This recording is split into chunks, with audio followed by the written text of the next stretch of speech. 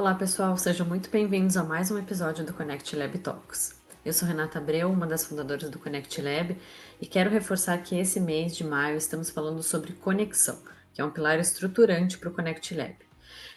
Mas a gente quer falar sobre conexão não só como networking ou acúmulo de contatos, mas a gente também quer reforçar que conexão é a capacidade da gente formar redes vivas, multidisciplinares e que fazem e podem fazer os projetos ganharem vida.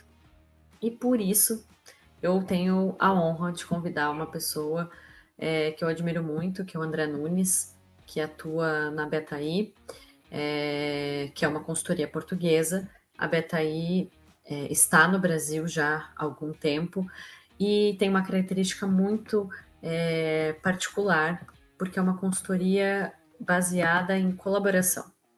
E é a partir dessa colaboração que eles fortalecem a criação de redes diversas e conectadas.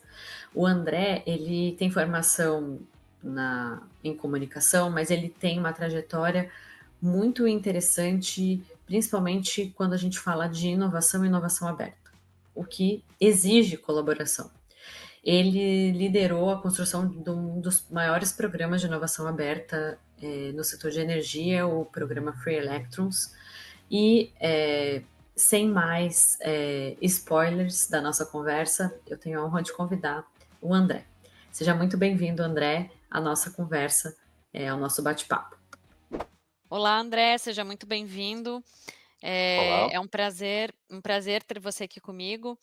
E eu já fiz uma breve introdução sobre a tua trajetória, mas não dei muitos detalhes. Eu queria muito que você pudesse compartilhar, com quem ainda não te conhece, principalmente, um pouco da sua trajetória profissional. Quem é o André? Porque a gente sabe, assim, eu vi que você se formou em comunicação, mas hoje você atua muito fortemente com inovação aberta que exige colaboração. E aí, se você puder, junto com essa apresentação, contar para a gente também o que te despertou o interesse de atuar nesse segmento. Perfeito. Bem, em primeiro lugar, é um prazer estar aqui, Renata, e obrigado aí pelo convite para essa conversa. Ah, como vai dar para ver ao longo da entrevista pelo meu sotaque de uma forma clara, não é? Eu sou português, eu me formei em comunicação, tinha o sonho de ser jornalista.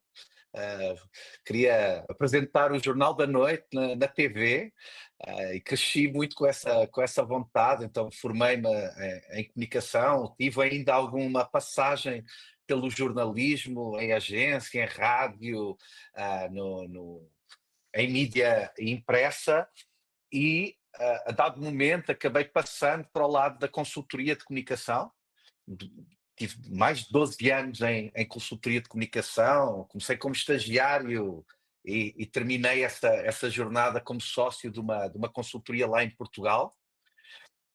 E ao longo desse tempo, enquanto consultor de comunicação, tive a oportunidade de trabalhar em múltiplos setores, desde a cultura, passando pela indústria, política, ah, setor social, mas também tive um contacto muito forte com parques de ciência e tecnologia, com empresas de inovação na área da defesa, por exemplo, e na área do espaço, e inclusive com algumas incubadoras de startups que estavam começando o seu desenvolvimento lá em Portugal. Então, mesmo nos últimos anos da minha trajetória enquanto consultor de comunicação, eu contactava muito diariamente com inovação.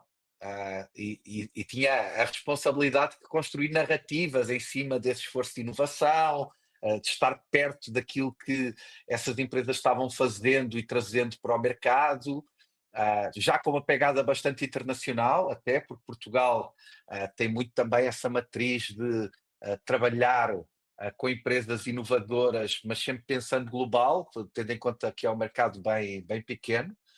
Então acabou por ser quase um passo natural essa minha mudança para a área de inovação numa transição de comunicação para outro tipo de responsabilidades nessa área, porque a dado momento a BTI lá em Portugal estava buscando um diretor de marketing e comunicação e acabei sendo migrando para aí, passando a assumir essa responsabilidade dentro da BTI, e depois durante 2 anos tive essa função, e quando começamos a entrar mais a fundo nos projetos dia a dia de inovação, não é? A BTI sendo uma consultoria de inovação colaborativa, como a Renata falou, faz muitos projetos de inovação aberta, inovação interna com as empresas, com vários programas em diferentes setores, muito com uma pegada também global, internacional. Acabou por puxar muito para mim também esse lado de estar mais perto dos projetos, estar mais perto do lado da inovação, mais até do que a parte de comunicação. Então acabei, dentro da própria BTI, por passar para o lado da execução de inovação. Tive várias funções na BTI Portugal, desde cuidar da parte de inovação aberta, a dado momento comecei a focar muito mais nos nossos programas globais, nomeadamente o Free Electrons, aquele programa no setor de energia que junta utilities de todo o mundo. Quando iniciámos também os nossos primeiros projetos de economia circular em França, fiquei responsável também por essa área. E depois, quando a BTI decidiu começar um movimento de expansão internacional, abrindo novos escritórios em outras geografias, acabei sendo desafiado para iniciar aqui a operação no Brasil, e desde então esse tem sido o meu foco desde o final de 2019, sendo que hoje sou Managing Partner aqui da nossa operação no Brasil. Portanto, tem sido aqui uma jornada de muito aprendizado e, sobretudo, eu gosto muito de estar em contacto com diferentes realidades no meu dia-a-dia. E a possibilidade de ser consultor, quer na área de comunicação, quer agora na área de inovação, permite isso. Permite essa abrangência, permite contactar com empresas, pessoas, diferentes áreas, diferentes contextos. Eu sou, sobretudo, um curioso. Gosto muito de conhecer coisas novas, de aprender, de me aprofundar, mas não tenho aquele espírito especialista de focar numa área apenas e ficar focado nessa área. Então, hoje, tendo um papel mais de gestão do que propriamente de consultor, continuo a ter essa capacidade e essa possibilidade de estar antenado com várias realidades diferentes. Então, acho que não, diria que não é muito diferente a trajetória, mas agora é um outro olhar, não é? Do ponto de vista de consultoria. Com certeza. Bom, você até mencionou, já deu até um overview né, de como que a BTI chegou no Brasil, mas eu queria dar um passo um pouquinho para trás e te perguntar assim, que por tudo que a BTI representa e tudo que hoje já construiu, porque é uma referência não só em Portugal, mas também na Europa, como você mencionou, né, programas de economia circular na França e tudo. O que na sua visão, assim, fez com que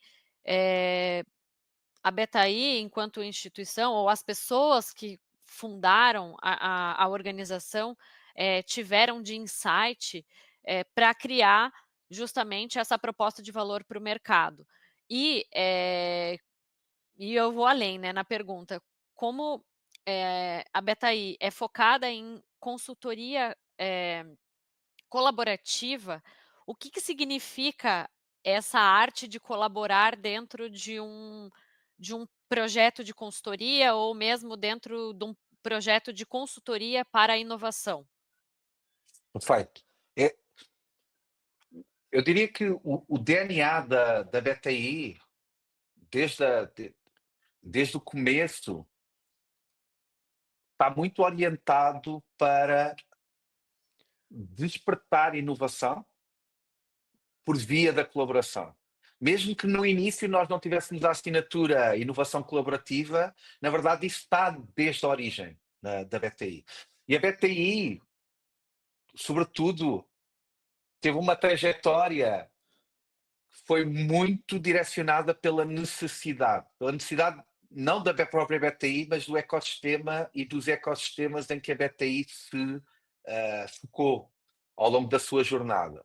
E eu, explicando aqui o que aconteceu aqui, não é? A BTI nasce como uma associação sem fins lucrativos, destinada a promover o empreendedorismo e inovação em Portugal. e resulta da junção de esforços de dezenas de pessoas que decidiram fundar a Associação BTI e que eram pessoas, na altura, bastante jovens, que hoje mantêm um espírito jovem, mas que na altura eram bastante jovens, que tinham estado em contato com outras realidades, tinham estado fora de Portugal, tinham estado no Vale do Silício, tinham estado noutros países europeus, tinham estado na Ásia, tinham entrado em contato com ecossistemas de startup muito mais avançados, com uma realidade de inovação bastante diversa daquela que existia em Portugal, e sentiram que faria sentido também iniciar esse movimento em Portugal. Portugal, nessa altura, 16 anos atrás, tinha uma base de empreendedorismo muito tradicional. Tinha algumas exceções, eu, como falei há pouco, eu até tive o privilégio de poder trabalhar na parte de comunicação com algumas dessas exceções, mas não tinha esta realidade que hoje todo mundo conhece de Portugal como hub de inovação, onde está o Web Summit, onde temos unicórnios, com várias incubadoras, várias aceleradoras. A BTI foi muito pioneira, e quando se é pioneiro, tudo o que fazemos é movido em necessidade. No fundo, a BTI teve que iniciar os primeiros programas de ideação, os primeiros programas de aceleração de startups, foi bastante pioneira também em apoiar a montagem, até criou fundos de investimento em startups, criou hubs para desenvolvimento de startups, eventos focados em inovação, ou seja, aquilo que faltava no ecossistema, a BTI foi criando e foi gerando. Mas, sobretudo, foi orquestrando todo um ecossistema, capacitando um ecossistema que permitiu que depois ele próprio fosse desenvolvendo outro tipo de iniciativas. E à medida que o próprio ecossistema dava resposta àquilo que a BTI tinha começado, a BTI ia avançando para outras coisas que o ecossistema ainda não tinha. Então, quando olhamos a evolução da BTI, a BTI deixou de focar, por exemplo, muito nos projetos, nos programas de ideação, quando começaram a haver outros parceiros a fazer isso, e a BTI pôde avançar para a parte de inovação aberta, por exemplo, com empresas. A BTI começou a ter um foco muito mais internacional, de conexão global, com outros ecossistemas. E como todo esse DNA da BTI também partiu desta base mais de colaboração entre diferentes pessoas, se juntaram pelo mesmo propósito, isso é algo que a gente manteve como matriz também da nossa abordagem. Porque o que entendemos é que são muito raras as inovações que são geradas sem um processo colaborativo. Diria até, não vou chegar ao limite de dizer que não há nenhuma, porque depois é discutível, não é? Inspiração também é colaboração de algum modo, não é? Mas, com grande margem de segurança, eu diria que 99% das inovações existem por via de processos colaborativos. Então, se nós conseguirmos criar e estruturar esses processos colaborativos, nós acreditamos que vamos gerar mais valor com a inovação. Seja com a inovação aberta, seja até com processos colaborativos internos, entre áreas, entre empresas do mesmo grupo. E, portanto, esta visão de que aquilo que nós temos que ajudar os nossos clientes a fazer é serem muito bons a colaborar em prol da visão e dos resultados de inovação, é algo que a gente tem vindo a melhorar ao longo dos anos e que nos permite hoje ter programas onde conectamos diferentes organizações, sociedade civil, governo, empresas, onde conectamos diferentes países em grandes esforços de inovação em diferentes áreas e diferentes setores. Eu concordo muito, assim, com o que você falou, que eu sempre defendi, assim, a colaboração como uma forma de, inclusive, impulsionar o mercado competitivo. É Isso. até antagônico dizer isso, mas, a colaboração força a isso, porque quando você colabora ou, né, você coloca diferentes, entidades ou empresas ou pessoas de diferentes setores trabalhando juntas, é porque tem que ter um propósito comum maior do que aquilo que de fato, te move individualmente, né. E aí, André, você trazendo essa trajetória da BetaI, o que assim, porque a gente sabe que a Europa já tem essa prática de colaborar entre, universidade e indústria, por exemplo, isso já é uma prática mais comum, a gente se vê mais acontecendo Uhum. isso, a gente vê a indústria acessando os ativos tecnológicos que são desenvolvidos dentro de um laboratório para testar mercado, para testar mercado consumidor especialmente, mas existiu barreira cultural há 15, 16 anos atrás, quando vocês começaram a falar sobre inovação ou sobre consultoria colaborativa, mesmo que a parte de colaboração não estava estampada tão nitidamente na Betaí naquela época. E a outra coisa é, qual que foi o fator que motivou a Betaí a expandir especificamente para o Brasil? Quais características o mercado Uhum. brasileiro chamou a atenção para que vocês pudessem implementar uma rede, né, uma base da Betaí no Brasil? Ótimo. Então, respondendo em primeiro lugar à primeira questão, pela natureza do contexto português, eu diria até pela natureza do contexto europeu, existem vários estímulos à colaboração em diferentes áreas, nomeadamente na parte económica.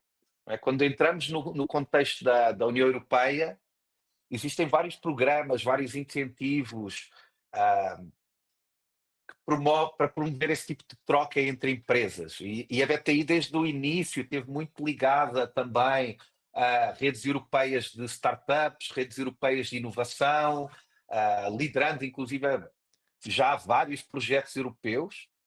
E isso permitiu também, como todos os programas que nós fizemos são programas com uma pegada global, ou seja, muito focados em conectar empresas, independentemente do país onde elas estão, com startups globais ou até com outras empresas globais para poderem trabalhar em conjunto de inovação. Isso também acaba por levar a, em primeiro lugar, não haver um sentimento de concorrência, porque a gente foca muito, por exemplo, em programas de cadeia de valor, na área do turismo, na área da construção, na área da mobilidade, em que trazemos empresas com diferentes perfis, que não são concorrentes e que sentem que vêm mais vantagem em colaborar e trazer inovação que possa ter impacto transversal no setor e que não impactam diretamente a questão de diferencial competitivo do negócio, não é? E, portanto, aí sentem que faz sentido colaborar. E, ao mesmo tempo, quando nós conseguimos montar programas com empresas de diferentes países, eles também não competem do ponto de vista de território. Portanto, isso torna muito mais fácil ter esse trabalho conjunto em prol da inovação, mas, como em todos estes processos, é um processo que levou tempo até nós conseguirmos convencer as empresas que isso era um modelo que faria sentido. Eu acho que há uma predisposição maior para que isso aconteça na Europa e por isso temos muitos programas de inovação colaborativa multiparceiros. Estamos trabalhando para ter mais também aqui no Brasil, não é? Ainda agora lançámos a segunda edição do Blue Rio, que é um programa de inovação colaborativa que junta várias empresas com o governo, com instituições públicas, instituições privadas. Portanto, é um sinal que também no Brasil esse é um caminho viável e possível. Mas o expoente máximo é quando a gente consegue montar, inclusive, programas com concorrentes e que são centrados em trabalhar desafios de inovação que são comuns a esses concorrentes, que não são esses desafios que vão gerar um diferencial competitivo, mas são desafios que são tão estruturantes que nenhuma empresa sozinha consegue resolver sozinha. E aí a gente já conseguiu fazer projetos com concorrentes, por exemplo, do setor de energia, atuando juntos em trabalhar em conjunto desafios de inovação. Já atuámos com portos que competem pela captação de clientes, não é? Para as suas áreas de influência.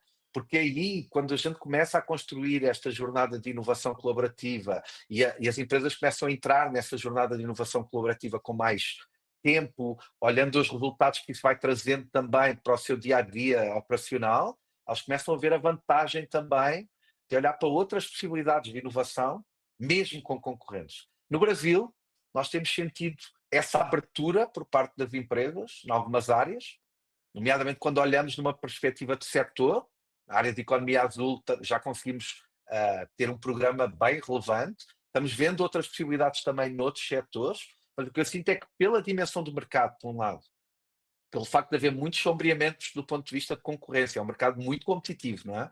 Com muitas empresas que competem pelo mesmo espaço ou às vezes até pelo mesmo budget, mesmo que não sejam concorrência direta, não é? Acaba por haver um pouco mais de resistência, mas aqui o que é interessante é a gente conseguir construir modelos que permitem que cada empresa traga para estes programas os seus próprios desafios e que depois tenha abertura para explorar com outros parceiros desafios que sejam comuns e que possam ser trabalhados num contexto de inovação. Portanto, respondendo aí à questão da diferença para o Brasil, eu diria que é um processo ainda também de educação para as vantagens deste modelo colaborativo, mas já temos visto alguma abertura e a expectativa é que a gente possa criar mais programas dessa forma, noutros setores, para lá daqueles onde já estamos atuando, inclusive no setor de energia, já temos programas inclusive de conexão com o Reino Unido, juntando 3 empresas diferentes de energia brasileiras, que inclusive mapearam e identificaram desafios comuns, e portanto, isso é algo que a gente começa agora também a ver acontecer, e até para partilha de recursos de investimento em inovação,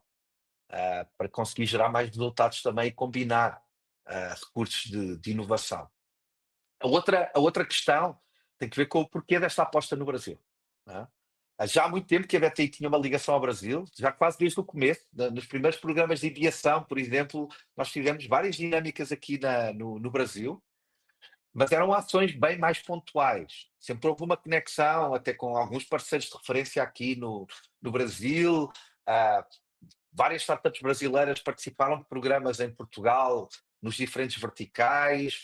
Várias empresas brasileiras participaram de eventos organizados pela BTI em Portugal. Aquilo que nós começámos a olhar, em primeiro lugar, do ponto de vista de estratégia da BTI, era que queríamos ir para lá de ter apenas a atuação global por via de projetos. Nós já tínhamos muito uma atuação global por via de projetos, com projetos na Austrália, na América do Norte, na Ásia, em África, onde tipicamente teams da BTI iam para essas geografias desenvolver projetos com os nossos clientes fora da Europa. E aquilo que começámos a sentir do ponto de vista de estratégia de evolução da própria BTI é que fazia sentido começar a abrir novas geografias e ter equipas locais atuando em grandes mercados regionais. Portanto, a ideia foi criar a BTI Brasil para atender toda a região Latam, e Brasil, obviamente, por ser o mercado mais relevante de inovação na região Latam, é um mercado e já com uma maturidade muito interessante para uma consultoria internacional que, entre outras propostas de valor, trazia uma proposta de valor de conexão global.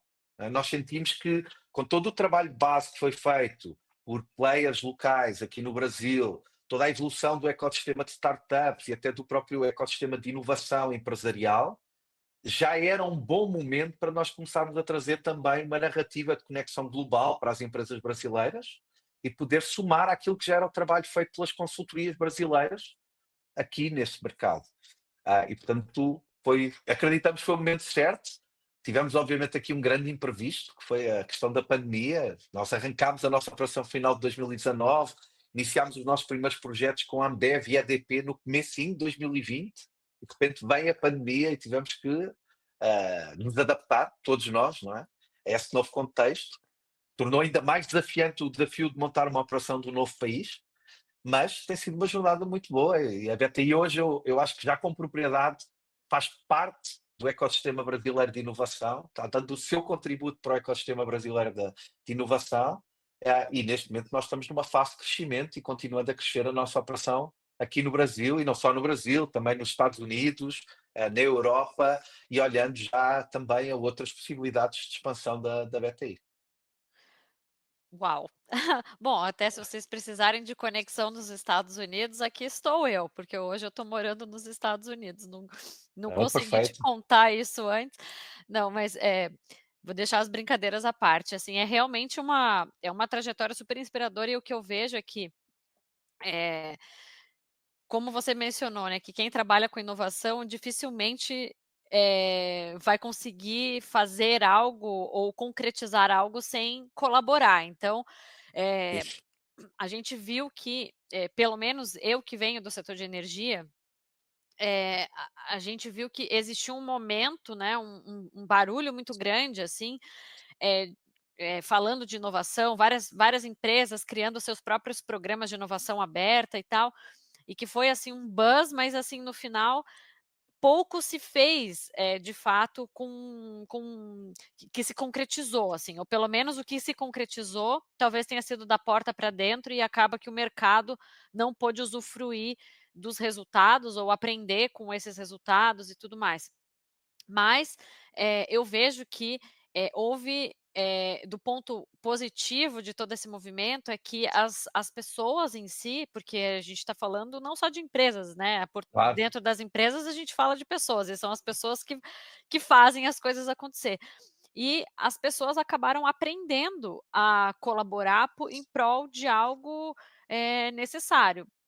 E foi, eu acho que até o que aconteceu, a pandemia talvez tenha ensinado a duras penas, né, em alguns setores, que colaborar era sim necessário e urgente para a resolução de coisas, como você mencionou, que sozinhos dificilmente se conseguiria resolver. A gente sabe que Isso. colaborar e se relacionar exige tempo né, porque se relacionar é complexo, porque a gente está lidando com um ser humano, mas assim, se fosse para você deixar algumas dicas em relação a isso, né, a alguém ou algum empreendedor, ou talvez a própria universidade brasileira que tenha ativos ali interessantes, qual é a dica? Aí já olhando do ponto de vista de quem tem a solução inovadora. Qual a dica que você daria para essa pessoa ou essa organização para impulsionar a arte de se conectar com ativos interessantes que possam fazer o projeto virar produto, mercado e acelerar essa solução inovadora? Um ponto para mim que é, e esse tem sido o aprendizado ao longo desses anos também, é que muitas vezes aquilo que hoje a gente olha e parece que são relações naturais, de dinâmicas colaborativas, na verdade tem por trás muita estrutura, muita estratégia e muita definição prévia. Ou seja, aquilo que eu acho que é importante para quem quer que seja que queira colaborar de uma forma sistémica, com resultados, tem que entender que tem que haver um trabalho de base prévio de planejamento, de entendimento do propósito da colaboração, para garantir depois, de facto, que isso pode gerar resultados e ser consequente. Seja uma empresa, seja quem está do outro lado inovando e que também se quer conectar com potenciais clientes, com potenciais parceiros. Tem que ter uma lógica, essa conexão tem que ter um propósito claro. E, sobretudo, tem que também haver um propósito claro de saber com quem eu me quero conectar para o quê. Porque muitas vezes o que acontece, e é normal, porque quando atuamos nesta área de inovação, as oportunidades são múltiplas, não é? Então, eu diria que a chave é encontrar foco. O difícil é encontrar foco. O desafio é encontrar foco. Quando tanta oportunidade que há de conexão, de colaboração, de inovação, há muitas vezes com mais do que uma possibilidade para o mesmo objetivo, o difícil é a gente conseguir dizer que não e dizer para onde é que queremos ir e não sair daí, não é? Não sair dessa esteira de foco e de priorização para conseguir ser mais consequente. E, portanto, aquilo que eu acho que é importante é, do lado da empresa, ela tem que ter um roadmap claro de inovação e responder, em primeiro lugar, à pergunta de porquê é que eu estou inovando e para quem é que eu estou inovando. E se conseguir responder essas duas perguntas, vai conseguir também responder à terceira pergunta, que é o que é que eu vou fazer para inovar? E com quem é que eu me vou conectar para inovar? Eu vou conectar com a universidade, qual é o propósito da conexão com a universidade? O que é que eu quero tirar dali? Que tipo de esteira de inovação é que eu quero desenvolver com universidades? Que esteira de inovação é que eu quero desenvolver com uma startup? Que esteira de inovação é que eu quero desenvolver com outras grandes empresas? E a partir daí, iniciar esses movimentos tendo esse foco. Caso contrário, o que vai acontecer são agendas, são reuniões, são eventos, são encontros, que no final fizemos imensa coisa, mas não resultou em nada. Exatamente porque estávamos atendendo demasiadas oportunidades sem ter uma visão clara do que é que queríamos tirar dessas oportunidades. Portanto, muito do trabalho que a gente tem desenvolvido com algumas empresas, em particular aqui no Brasil, é trazer esse foco, é criar a tese de inovação, é desenhar o roadmap de inovação e definir de uma forma muito clara como é que eu vou inovar com a universidade, como é que eu vou inovar com empreendedores, como é que eu vou inovar com outras empresas. Do lado dos inovadores, a mesma coisa. Com que empresas é que eu me quero conectar? Com que pessoas dentro dessas empresas e de que forma é que eu quero chegar a essas empresas com que proposta de valor? E aí tornar muito claro qual é que é como é que eu olho para a colaboração com essa empresa. Porque as empresas estão abertas a ouvir, as empresas estão muito abertas a escutar os empreendedores, as universidades, mas muitas vezes o problema é como não vem esse foco de uma forma clara de qual é a proposta de valor que eu posso trazer para esta empresa, fica difícil depois a empresa também ter segurança e avançar com essa colaboração. Muitas vezes isso resolve quando a gente consegue estruturar modelos de colaboração com regras bem definidas para estes diferentes caminhos e possibilidades. Então, quando estávamos falando há pouco da Europa, da conexão entre laboratórios, centros de pesquisa, universidades e empresas. Portanto, nós desenvolvemos um projeto europeu na área dos aeroportos, focado em sustentabilidade, com muito uma pegada de P&D, desenvolvimento de projetos de P&D para resolverem desafios de sustentabilidade nos aeroportos da Europa. Esse programa não serve para mais do que estruturar a relação entre os aeroportos, que são demandantes de novas tecnologias, e os centros de pesquisa, que são desenvolvedores dessas novas tecnologias, e por via da esteira que foi desenhada, aquilo que nós fizemos foi dar foco a essa relação, dar ritmo a essa relação, que esse é outro desafio muitas vezes, não é? Iniciam-se as colaborações, mas depois ninguém está dando ritmo à efetivação dessa colaboração e depois perde-se o momento, perde-se a vontade, deixa de ser prioritário. Portanto, para além da questão de porque estou inovando, com quem estou inovando, com que propósito, a questão também de manter animada esse esforço de colaboração é fundamental. E muitas vezes o papel de uma consultoria como a BTI é animar esse esforço, é manter a chama acesa desse esforço. E muitas vezes esse é o nosso papel e não é um papel de pouca importância, porque as empresas têm muitas outras prioridades, muitas vezes, e não conseguem atender todas estas esteiras. Então, resumindo, eu diria que foco, em primeiro lugar, do porquê de eu estar colaborando, e em segundo lugar, depois de avançar nesse caminho, manter animado essa chama colaborativa, porque caso contrário, todo o esforço que foi gerado vai se perder.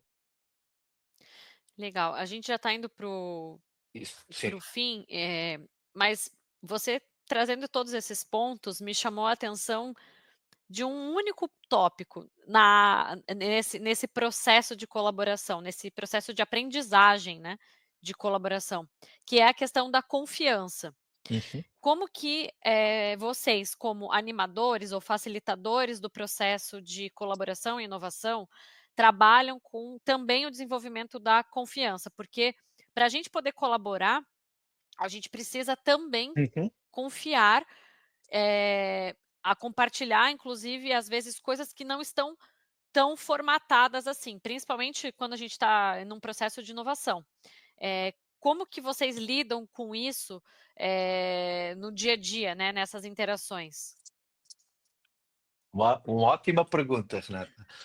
Na verdade, quando eu muitas vezes faço essa apresentação no arranque dos nossos projetos de inovação colaborativa, que a jornada que a BTI cria para os seus clientes, para os seus programas, para os seus projetos, é muito uma jornada que é desenhada exatamente tendo esse entendimento de que um dos maiores gargalos que nós temos que resolver é o gargalo da confiança.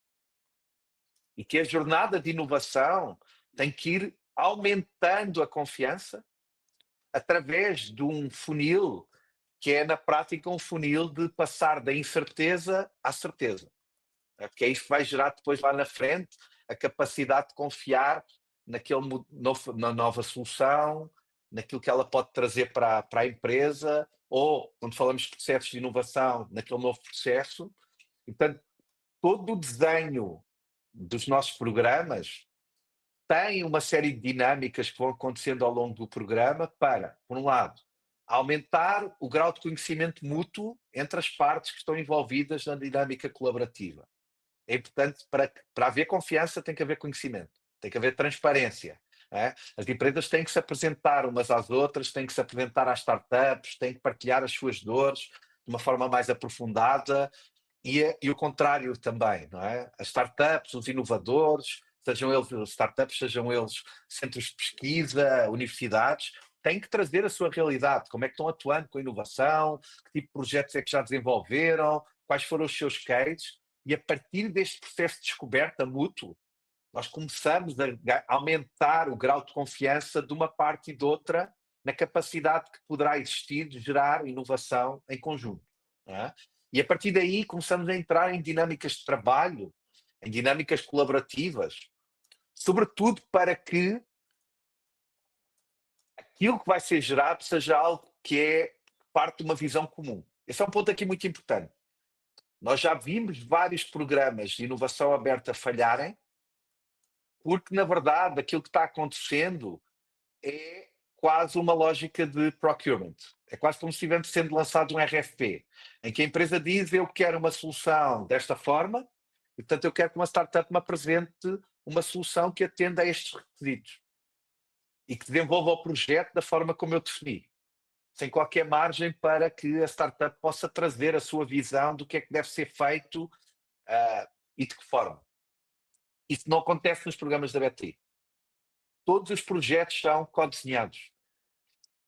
Nós partimos daquilo que é o conhecimento entre as empresas e as startups, para que depois, em conjunto, elas definam o que é que pode ser o projeto a ser desenvolvido. E tem que estar, as duas partes têm que estar confortáveis com o projeto. Portanto, o projeto, no final, que é apresentado, é uma proposta conjunta, é uma proposta que partiu dos teams da empresa, dos teams da startup, ou dos teams da empresa e do ICT, e, portanto, ambos acreditam que é algo que podem desenvolver de uma forma colaborativa. E isso aumenta também depois a questão da confiança naquilo que pode ser desenvolvido, precisamente porque já parte de uma co-construção, de uma co-criação. E quando a gente consegue trabalhar a inovação desta forma, de ser desde o início um processo colaborativo, a gente consegue também muito melhores resultados no final, porque já existe um buy-in de todas as partes. Essa é uma preocupação também muito grande, que é, nas empresas, a demanda de inovação não pode partir apenas da área de inovação. Nós temos que envolver os times técnicos, temos que envolver as áreas de negócio, temos que envolver a alta liderança nesse esforço. Para que depois, quando chega lá na frente e alguém tem que tomar uma decisão sobre avançar ou não avançar, todo o mundo que tem uma palavra a dizer nesse processo decisório contribuiu para aquilo que está a ser desenvolvido, deu insumos para aquilo que está a ser desenvolvido.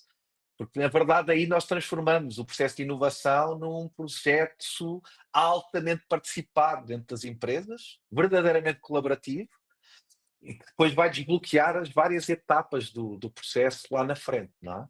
No fundo, acaba por ser uma demanda de todo o mundo. Com Nossa, trade-offs, em que alguém tem que ceder, alguém vai ter que dizer que desta vez vamos aceitar a visão de outra pessoa, mas essa é a chave. Não é fácil, não é? Não tem receitas fáceis, mas se não for colaborativo, não tem como ter resultado. sim.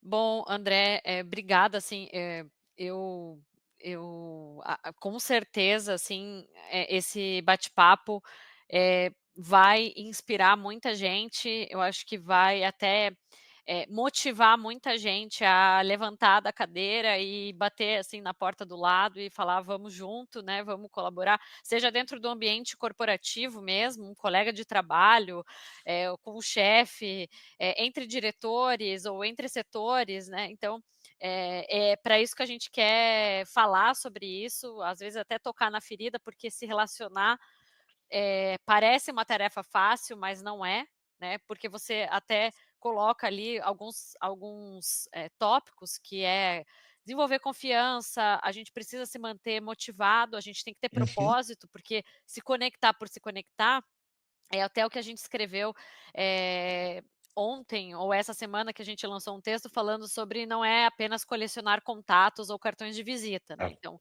esse não é o propósito da colaboração ou, da cocriação. E você trouxe e pontuou muito bem, tudo isso e até, né, expôs com grandiosidade a tua trajetória dentro da Betaim, inclusive, que é uma inspiração para a gente, então eu só tenho a te agradecer. Por Eu é isso, que agradeço a oportunidade, Renata. e Muito espero que a obrigado, gente foi um prazer. que a gente continue conectado, que a gente possa, de repente, num futuro breve, cocriar, projetos e tirar coisas, que talvez estejam ali na gaveta, que a gente possa, movimentar cada vez mais, incentivar o empreendedorismo e a inovação dentro do mercado brasileiro. Muito, muito obrigada. Vamos a isso, conta comigo. Obrigada.